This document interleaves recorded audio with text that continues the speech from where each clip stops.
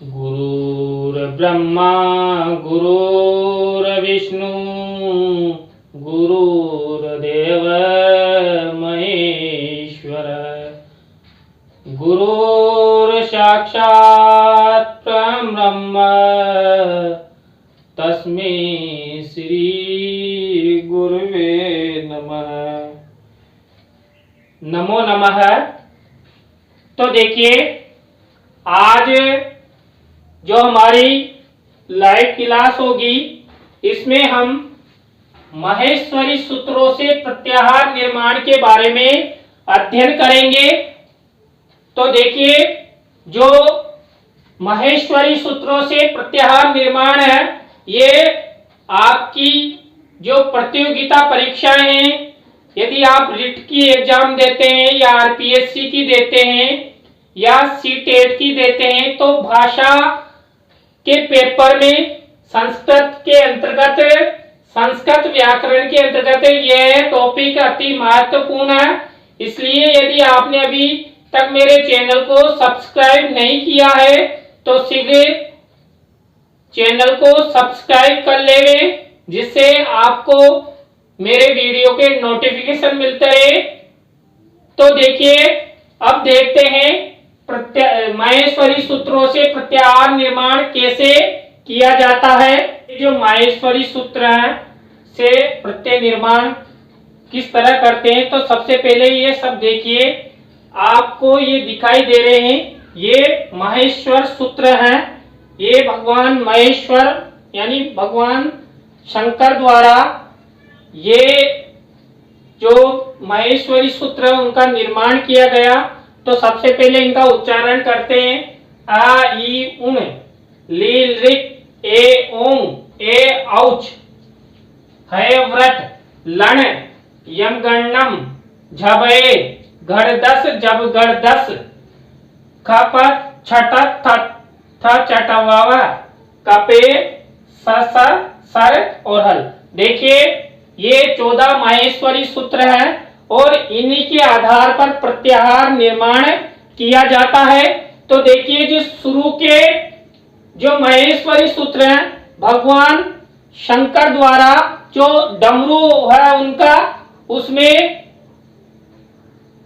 उनसे 14 सूत्र बने हैं। इसमें उन्होंने जो 9 पंचबारम यानी कि एक बार बजाया तो 9 महेश्वरी सूत्रों का निर्माण हुआ, एक बार बजाया तो 5 महेश्वरी सूत्रों का निर्माण हुआ। इस तरह 9 पंचबारम ननाद ठक्कम यानी कि उस डमरू को 9 और 5 बार बजाया तो ये 14 प्रत्याहार सूत्र भी कहते हैं, महेश्वरी सूत्र भी कहते हैं, इन्हें शिव सूत्र जालम भी कहते हैं, नाय सूत्र भी कहते हैं। तो ये सूत्र प्रत्याहार निर्माण के काम में आते हैं। अब देखिए, यहाँ जो ये प्रथम 1 2 3 और 4 है, ये स्वरों से संबंधित सूत्र है, स्वरों से संबंधित। और बाकी जो सूत्र हैं वो ये सब हल वर्णों से संबंधित है, यानी कि व्यंजन वर्णों से। तो इस तरह व्यंजन वर्णों से संबंधित। तो आपकी परीक्षा में इस तरह प्रश्न आ सकता है कि स्वरों से संबंधित कौन कौन से महेश्वरी सूत्र हैं, कितने हैं, और उनमें से ये अक्षर या ये वर्ण दे सकता है और आपसे पूछ सकता है। तो 4 तो स्वरों से संबंधित है और 9 व्यंजनों से संबंधित शिव सूत्र महेश्वरी सूत्र होते हैं। तो देखिए, यहाँ पर जो ये अंतिम, ये सब जगह इत संज्ञक वर्ण हल संज्ञक है, यहाँ पर इनकी इत संज्ञा होती है।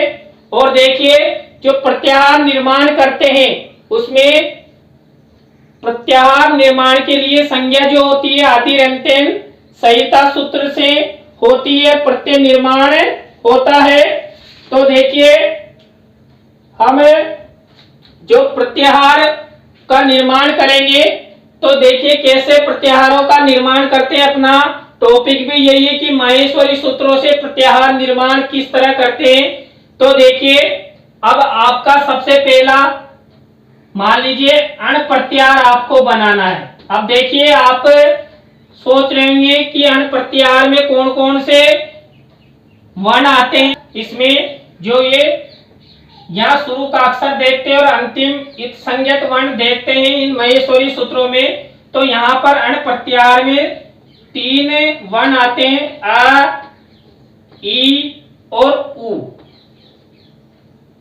इसी तरह मान लीजिए आपको अच प्रत्याहार का निर्माण करना है। देखिए अच्चः स्वरः, अच जो प्रत्याहार है वो स्वरों का प्रत्याहार होता है, इसलिए अचः स्वरः कहा गया है।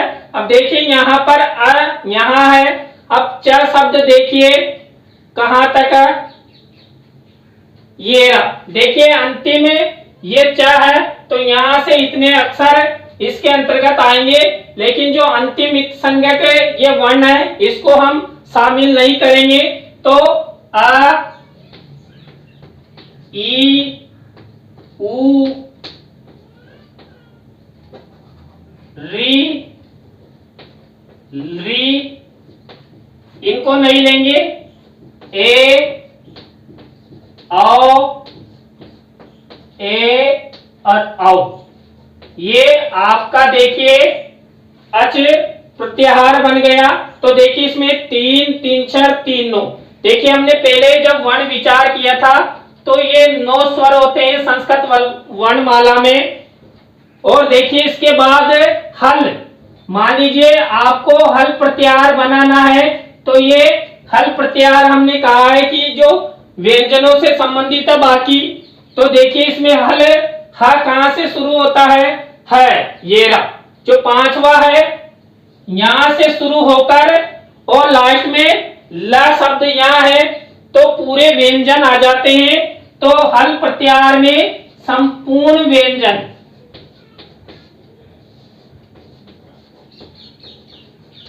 तो देखिए इसमें संपूर्ण व्यंजन में अब यहां ह ये और इस तरह पूरे लेकर यहाँ पर अंतिम ह आएगा। ह 2 बार आ जाता है यहाँ पर। पूरे व्यंजनों के अंतर्गत 33 व्यंजन आ जाते हैं। तो देखिए जो प्रत्याहार है टोटल प्रत्याहारों की संख्या 44 है। देखिए ऐसे 42 है, लेकिन संस्कृत में पाणिनि के अनुसार 44 है, 42 होते हैं, लण आदि को मानते हुए 44 हो जाते हैं। इस तरह हम जो प्रत्याहार है उनका निर्माण कर सकते हैं। प्रत्याहार बनाना अति महत्वपूर्ण होता है। आपकी परीक्षा में इस तरह प्रश्न आ जाता है कि मान लीजिए अट प्रत्याहार में कौन कौन से वर्ण आते हैं। तो देखिए अ यहाँ है। अब अंतिम वर्ण देखिए ट कहाँ आ रहा है, ये रहा।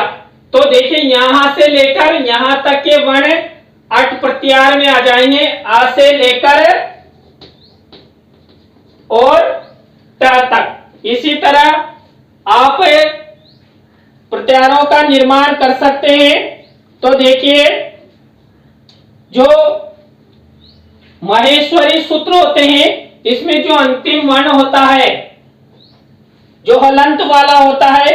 अब देखिए हलंत वाला क्यों लिखा गया, क्योंकि मैंने आपको पहले भी बताया था कि जो अंतिम वर्ण जो इत संज्ञक है, मान लीजिए कई है या ये ला है, तो बिना स्वरों के इनको बोला नहीं जा सकता। तो ये इत संज्ञक वर्ण है और इनकी इत संज्ञा हो जाती है। तो इस प्रकार हम प्रत्यय निर्माण का जो अपना टॉपिक है वो पूरा होता है। नए टॉपिक के साथ हम फिर मिलेंगे। धन्यवाद।